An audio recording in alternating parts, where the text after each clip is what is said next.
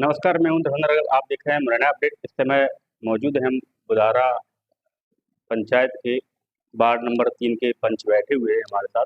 इन्होंने शिकायत की है कि पंचायत भवन कभी नहीं खुलता है। हम इनसे पूछेंगे कि क्या है पूरा मामला। आप अपना पूरा नाम बताइए पहले। मेरा नाम सतवीर सैनी है। मैं वार्ड क्रमांक 3 का पंच हूँ। तो काफ़ी समस्या है पंचायत में।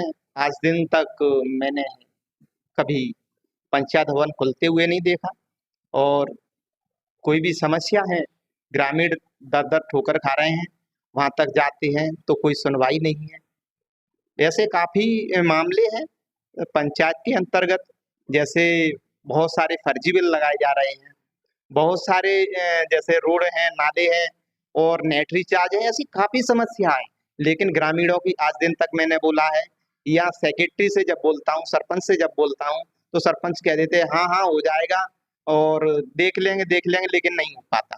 और कुछ तो सड़कें ऐसी हैं जिन पे दोबारा से डला है। और मुझे खास करके ये बात है कि मैंने जब सरपंच के लिए एक बार कॉल लगाया और कईयों बार लगाया, मुखाग्र भी बताया उनको, लेकिन एक बार मैंने उनसे बात की। बात करने के उपरांत सरपंच ने कहा कि हम 15 साल तक रोड नहीं डाल सकते। लेकिन आज वार्ड क्रमांक 12 से और 13 के बीच में एक रोड है, वो रोड में इतना कीचड़ हो जाता है, बहुत ज्यादा। मैंने उनसे बताया, मैंने इसमें बहुत ज्यादा कीचड़ हो जाता है तो नाले की सफाई हो जाए।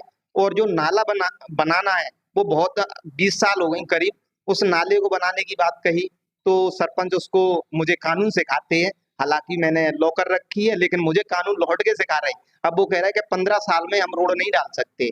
लेकिन उन्होंने कई रोड ऐसी डाली है जो 3 साल 4 साल में, तो उनकी विधिवत रूप से जांच होनी चाहिए और जांच होने के बाद उनसे रिकवरी कराई जानी चाहिए। क्योंकि उन्होंने ऐसा कैसे उस प्रावधान में कर दिया कि वहां पर 15 साल में होगी, वहां पर 3 साल में उन्होंने रोड डालना स्टार्ट कर दिया और रोड का पैसा भी निकल आया। और किस हिसाब से वहां पर जो इंजीनियर है, उस इंजीनियर ने कैसे पास किया और कैसे ब्लॉक के अधिकारियों ने पास किया, तो वो मेरे आज तक समझ में नहीं आया। और किस माध्यम से किया, तो उसकी विधिवत रूप से जांच होनी चाहिए। और ऐसा लगता है सरपंच को कि भाई हम इसको काम को इनके कहने से नहीं कराना चाहते हैं। तो कोई मुझे दिक्कत नहीं है, कोई आपत्ति नहीं है। वार्ड क्रमांक 3 के पंच पद से मैं इस्तीफा तुरंत देने के लिए तैयार हूँ।